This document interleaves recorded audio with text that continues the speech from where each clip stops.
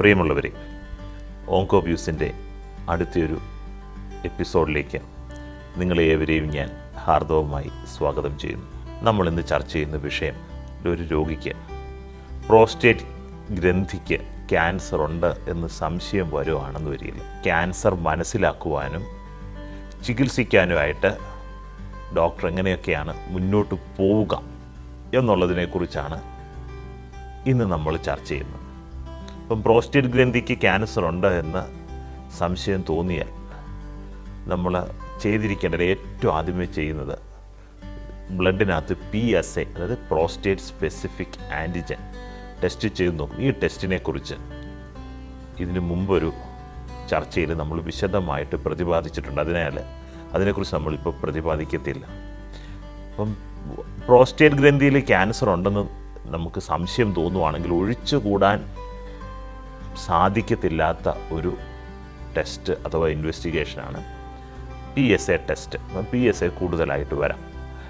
എല്ലാ prostate ക്യാൻസറുകൾക്കും PSA കൂടുതലാവണമെന്നില്ല. PSA നോർമലായിട്ട് ഉള്ള പ്രോസ്റ്റേറ്റ് ക്യാൻസറുകളും ധാരാളമുണ്ട്. പിന്നീട് നമ്മൾ നോക്കുന്നത്, ഈ രോഗിയെ നമ്മൾ പരിശോധിക്കുന്നതിനകത്ത് റെക്ടൽ എക്സാമിനേഷൻ വളരെ ഇമ്പോർട്ടൻ്റ് ആയിട്ടുള്ള ഒരു പരിശോധനയാണ്. അതായത് ഗ്ലൗസ് ഇട്ട് ആ രോഗിയുടെ ഡോക്ടർ അദ്ദേഹത്തിൻ്റെ മലദ്വാരത്തിലൂടെ വിരലുകൾ ഉപയോഗിച്ച് പ്രോസ്റ്റേറ്റ് ഗ്രന്ഥിയെ പരിശോധിക്കും. അതിനാണ് നമ്മൾ ഡിജിറ്റൽ റെക്ടൽ എക്സാമിനേഷൻ എന്ന് പറയും. അപ്പോൾ ഇങ്ങനെ ചെയ്യുമ്പോൾ പ്രോസ്റ്റേറ്റ് ഗ്രന്ഥിയിൽ മുഴകളുണ്ടെങ്കിൽ അത് കാണാൻ പറ്റും, തടിപ്പുകളുണ്ടെങ്കിൽ കിട്ടും. ഈ പ്രോസ്റ്റേറ്റ് ഗ്രന്ഥിക്ക് വെളിയിലേക്ക് രോഗം പടർന്നിട്ടുണ്ടോ ഇല്ലയോ നമുക്ക് അതായത് പ്രോസ്റ്റേറ്റ് ഗ്രന്ഥിക്ക് വെളിയിലായിട്ട് സെമൈനൽ വെസിക്കിൾസ് എന്നൊക്കെ പറയുന്ന അവയവമുണ്ട്. ഇങ്ങോട്ടൊക്കെ രോഗം പടർന്നിട്ടുണ്ടോ ഇല്ലയോ എന്ന് നമുക്ക് ഈ ഡിജിറ്റൽ റെക്ടൽ എക്സാമിനേഷനിലൂടെ മനസ്സിലാകും. ഈ പ്രോസ്റ്റേറ്റ് ഗ്രന്ഥിക്ക് എത്രമാത്രം വലുപ്പമുണ്ട്, ഇത് തൊട്ടടുത്തുള്ള അസ്ഥികളിലൊക്കെ പറ്റിപ്പിടിച്ച് ഫിക്സ്ഡാണോ, പറ്റിയിരിക്കുന്നുണ്ടോ, അങ്ങനെയുള്ള ധാരാളം ഇൻഫർമേഷൻ നമുക്ക് ഈ ഡിജിറ്റൽ റെക്ടൽ എക്സാമിനേഷനിലൂടെ നമുക്ക് ലഭിക്കും. അതിനുശേഷം ഈ രോഗിക്ക്, അല്ലെങ്കിൽ സംശയമുള്ള പ്രോസ്റ്റേറ്റ് ക്യാൻസർ രോഗം സംശയിക്കുന്ന വ്യക്തിക്ക് നമ്മൾ ഇമേജിങ് ചെയ്യണം. ഇമേജിങ് ചെയ്യുന്നത് രണ്ട് രീതിയിലുള്ള ഇമേജിങ്, അത് സ്കാനിങ്ങുകളുണ്ട്. ഒന്ന്, പ്രോസ്റ്റേറ്റ് ഗ്രന്ഥിയിൽ എത്രമാത്രം രോഗമുണ്ടെന്ന് മനസ്സിലാക്കാൻ വേണ്ടി നമ്മൾ സ്കാൻ ചെയ്ത് നോക്കും. അതുപോലെ തന്നെ ഈ രോഗം വേറെ അവയവങ്ങളിലേക്ക് പടർന്നു പിടിച്ചിട്ടുണ്ടോ എന്ന് മനസ്സിലാക്കുന്നതിന് നമ്മൾ സ്കാനുകൾ ചെയ്ത് നോക്കും.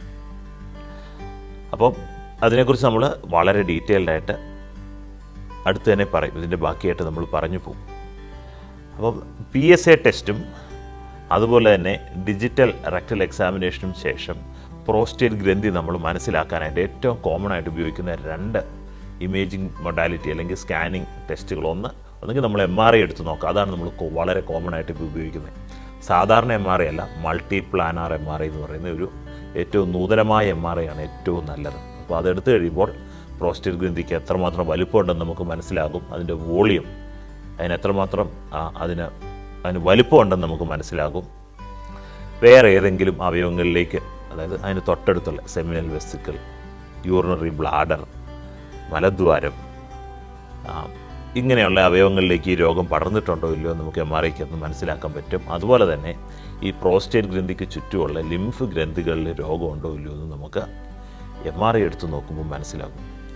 MRI പോലെ തന്നെ നമുക്ക് ചെയ്യാവുന്ന വേറൊരു ടെസ്റ്റാണ് റെക്ടൽ അൾട്രാസൗണ്ട്. ഈ റെക്ടൽ അൾട്രാസൗണ്ട് എന്ന് പറഞ്ഞു കഴിഞ്ഞാൽ, നമ്മൾ സാധാരണ അൾട്രാസൗണ്ട് ചെയ്യുന്ന വയറിൻ്റെയും അല്ലെങ്കിൽ ഒക്കെ പുറത്തോടെ ജെല്ലൊക്കെ തേച്ച് അൾട്രാസൗണ്ട് മെഷീൻ്റെ പ്രോബ് എടുത്ത് വയറിന് പുറത്താണ് നമ്മൾ നോക്കുക. ഇതുപോലെ തന്നെ രക്തത്തിനുള്ളിലേക്ക് അൾട്രാസൗണ്ട് പ്രോബ് കടത്തിവിട്ട് നമുക്ക് പ്രോസ്റ്റേറ്റ് ഗ്രന്ഥിയെക്കുറിച്ച് മനസ്സിലാക്കാൻ പറ്റും.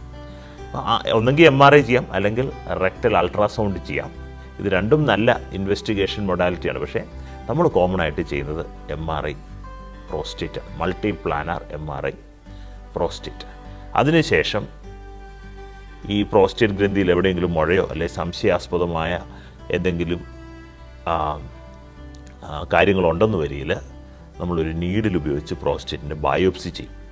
ബയോപ്സി എടുത്ത് മൈക്രോസ്കോപ്പിനടിയിൽ വെച്ച് ഹിസ്റ്റോപത്തോളജി എക്സാമിനേഷൻ ഇല്ലാതെ പ്രോസ്റ്റേറ്റ് ഗ്രന്ഥിക്ക് ക്യാൻസർ ഉണ്ടോന്നോ ഇല്ലെന്നോ പറയാൻ പറ്റത്തില്ല. അപ്പം ക്യാൻസർ നമുക്ക് ക്ലിനിക്കലി സംശയമുണ്ട്, PSA കൂടുതലാണ്, സ്കാനിങ്, അത് MRI ആകാം, അൾട്രാസൗണ്ട് ആകാം, ഇത് ചെയ്തു. ഇതിനകത്തൊക്കെ പ്രോസ്റ്റേറ്റ് ഗ്രന്ഥിക്ക് ക്യാൻസർ ഉണ്ടെന്ന് നമ്മൾ സംശയിക്കുന്നുണ്ടെന്ന് വരില്ല. നമ്മൾ അവസാനം ബയോപ്സി എടുത്ത് നോക്കും. ബയോപ്സി എടുത്ത് നോക്കിക്കഴിയുമ്പോൾ അതിൻ്റെ റിപ്പോർട്ട് വരും. പാത്തോളജിസ്റ്റ് അത് നോക്കിയിട്ട് നമുക്ക് റിപ്പോർട്ട് തരും. അതിനകത്ത് അവർ ക്യാൻസർ ഉണ്ടോ ഇല്ലയോ എന്ന് പറയും, എന്ത് തരത്തിലുള്ള ക്യാൻസർ ആണെന്ന് പറയും. അതുപോലെ തന്നെ പ്രോസ്റ്റേറ്റിനകത്ത് വളരെ കോമൺ ആയിട്ട് സാധാരണയായിട്ട് കാണപ്പെടുന്ന ക്യാൻസർ അഡിനോകാർസിനോമ പ്രോസ്റ്റേറ്റാണ്. അപ്പോൾ ഈ അഡിനോകാർസിനോമ പ്രോസ്റ്റേറ്റിന് അതിന് പല ഗ്രേഡിലുണ്ട്. അതിനെ നമ്മൾ ഗ്ലീസൻ സ്കോർ എന്ന് പറഞ്ഞൊരു സ്കോറുണ്ട്.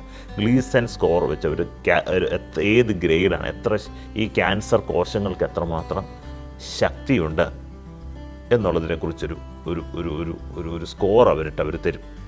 സാധാരണഗതിയിൽ 6നും 10നും ഇടയ്ക്കാണ് നമുക്കൊരു സ്കോർ കിട്ടുക. ഈ സ്കോർ 6 വെച്ച് കഴിഞ്ഞാൽ അത് ശക്തി കുറഞ്ഞ ക്യാൻസറാണ്. ശക്തി കുറഞ്ഞ് പെട്ടെന്നൊന്നും പടരാൻ സാധ്യതയില്ലാത്ത ക്യാൻസറുകൾക്കാണ് സ്കോർ 6 കിട്ടുക. അതേസമയം സ്കോർ 8 മുതൽ 10 വരെ ഉള്ളതിനെ നമ്മൾ ഹൈ ഗ്രേഡ് ക്യാൻസർ, ശക്തി കൂടിയ ക്യാൻസർ സെല്ലുകളായിട്ട് നമ്മൾ കണക്കാക്കും.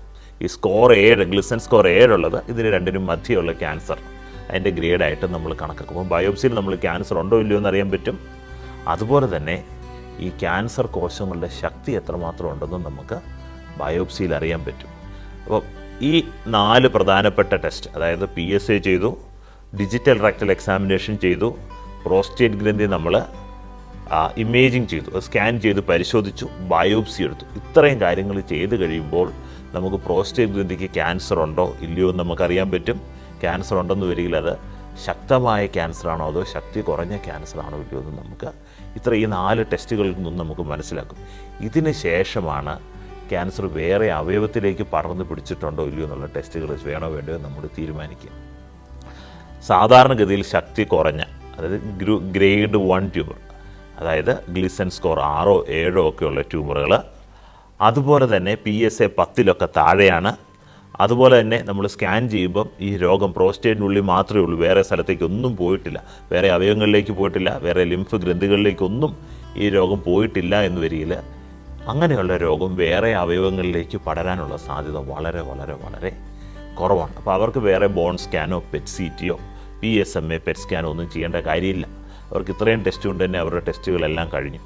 അതേസമയം നമ്മുടെ PSA കൂടുതലായിട്ട് വരുമോ, ആ രോഗിയുടെ ഗ്ലീസൻ സ്കോർ, ബയോപ്സിയിലാണ് നമുക്ക് ഗ്ലീസൻ സ്കോർ നമ്മൾ കാൽക്കുലേറ്റ് ചെയ്യാം. ആ സ്കോർ 8 9 10 ഒക്കെ ആയിട്ട് വരുമോ, അല്ലെങ്കിൽ MRI എടുത്തു കഴിയുമ്പോൾ പ്രോസ്റ്റേറ്റിന് വെളിയിലേക്ക് രോഗം വരുമോ, അല്ലെങ്കിൽ പ്രോസ്റ്റേറ്റിന് പുറത്തുള്ള ലിംഫ് ഗ്രന്ഥികളിൽ രോഗം വരുമൊക്കെ ചെയ്തു കഴിഞ്ഞാൽ നമുക്ക് ഈ രോഗം വേറെ അവയവങ്ങളിലേക്ക് പടരാനുള്ള സാധ്യത കൂടുതലാണ്. അങ്ങനെയാണെന്ന് വരി നമ്മൾ ആ രോഗികൾക്ക് ഒന്നെങ്കിൽ ബോൺ സ്കാൻ ചെയ്ത് നോക്കണം, അല്ലെങ്കിൽ PSMA പെറ്റ് CT എടുത്ത് നോക്കണം. ഈ രോഗം വേറെ അവയവങ്ങളിലേക്ക്, അസ്ഥികളിലേക്കോ വേറെ ഏതെങ്കിലും ലിംഫ് ഗ്രന്ഥികളിലേക്കൊക്കെ പടർന്നിട്ടുണ്ടോ ഇല്ലയോ എന്നറിയാനായിട്ട് ഏറ്റവും നല്ലത് PSMA പെറ്റ് സ്കാൻ ചെയ്ത് നോക്കുക എന്നുള്ളതാണ്. അപ്പോൾ അത്രയും ചെയ്ത് കഴിയുമ്പോൾ നമുക്ക് സ്റ്റേജ് കിട്ടും. ഇപ്പോൾ രോഗം ഉണ്ടോ ഇല്ലയോ എന്ന് കണ്ടുപിടിച്ചു, നമ്മൾ സ്റ്റേജ് കണ്ടുപിടിച്ചു. ഇതിന് ശേഷം അഡ്വാൻസ് ഡിസീസ്, രോഗങ്ങളൊക്കെ വേറെ അവയവങ്ങളിലേക്കൊക്കെ പടർന്നിട്ടുള്ള രോഗികളാണെങ്കിൽ അവർക്ക് ഐഡിയലി ഒരു ജീനോമിക് ടെസ്റ്റ് ചെയ്ത് നോക്കണം. ജീനോമിക് ടെസ്റ്റ് ഏറ്റവും പ്രധാനമായിട്ട് നമ്മൾ ചെയ്യേണ്ടത് രക്തത്തിൽ ബ്ലഡ് എടുത്ത് BRC, അത് BRCA1 BRCA2, BRCA 1 2 നമ്മൾ ടെസ്റ്റ് ചെയ്ത് നോക്കണം. BRCA പോസിറ്റീവായിട്ടുള്ള രോഗമാണ് എന്ന് വരികിൽ അതിനനുസരിച്ച് തുടർന്നുള്ള ചികിത്സയിൽ വ്യത്യാസം വരും. ഇപ്പോൾ BRCA നമ്മൾ ടെസ്റ്റ് ചെയ്യും.